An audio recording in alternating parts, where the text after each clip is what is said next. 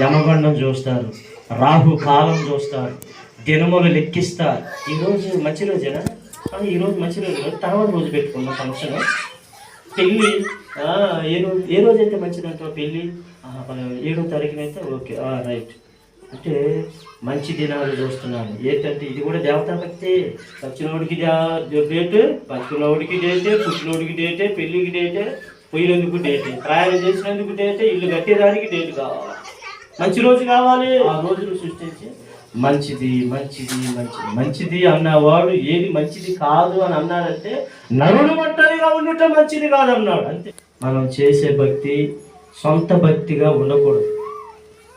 సొంత భక్తి చేస్తే దేవుడు దాన్ని అంగీకరించు. రెండవది దేవతా భక్తి. ఆచారాలను ప్రేమిస్తా, మూఢనమ్మకాల్ని ప్రేమిస్తా. వీటిని మనం చేసినట్లయితే అది దేవతా భక్తి అవుతుంది. మూడవది దైవ భక్తి. శరీర సంబంధమైన సాధకము కొంత మట్టికే ప్రయోజనకరము, కానీ దైవ భక్తి ఇప్పటి జీవం విషయంలోనూ రేపు పరలోకములో కూడా ఈ దైవ భక్తి మనకు ప్రయోజనకరం అవుతుంది. ఈ దైవ భక్తి నిన్ను పరిశుద్ధపరుస్తుంది. ఈ దైవ భక్తి నిన్ను పరలోక రాజ్యానికి చేరుస్తుంది. దేవుని బిడ్డలారా, ఎవరు దైవ భక్తి కలిగిన వారంటే ఏ విశ్వాస అయితే దేవుని వాక్యాన్ని నమ్ముతారో, ఏ విశ్వాస అయితే ఇందులో ఉన్న రాయబడిన మాటలు దేవుని మాటలని నమ్ముతారో, ఇక్కడ బ్రతికున్నంత కాలం నువ్వు ఎలా బ్రతకాలో, ఎలా నడిపించబడాలో, ఎలా జీవించాలో, ఎలాగ మాట్లాడాలో, ఎలాగ భక్తి చేయాలో, ఎలాగో ప్రార్థన చేయాలో, ఎలాగ పరిశుద్ధంగా ఉండాలో, ఎలాగ నువ్వు విశ్వాసం కలిగి ఉండాలో, ఎన్ని మాటలు వచ్చినా ఈ వాక్యమే నిన్ను ఆదరిస్తుంది. ఆమేన్.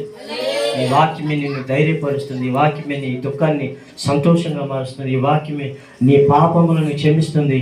ఇప్పుడే కాదు, రేపు పరలోకంలో కూడా ఇదే వాక్యము నిన్ను దేవుని ఎదుట నిలబెడుతుంది. ఆమేన్.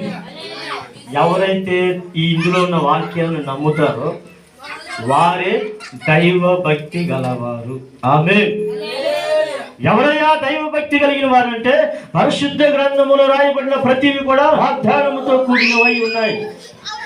దేవుడు మన అందరి కోసము మనం క్షేమంగా ఉండాలని, మనం ఆశీర్వాదకరంగా ఉండాలని, మనం సమృద్ధి కలిగి ఉండాలని, మనం స్వస్థత కలిగి ఉండాలని, పరలోకములో నిత్యము దేవునితో ఉండాలని దేవుడు రాసి పెట్టిన వాక్యాలు ఇవి. ఆమేన్. వీటిని అందరూ నమ్మలేరు.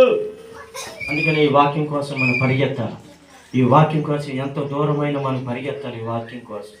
ఎందుకంటే ఈ వాక్యం నీ జీవితాన్ని కడుతుంది, నీ పిల్లల జీవితాన్ని కడుతుంది, నీ భవిష్యత్తును నిలబెడుతుంది.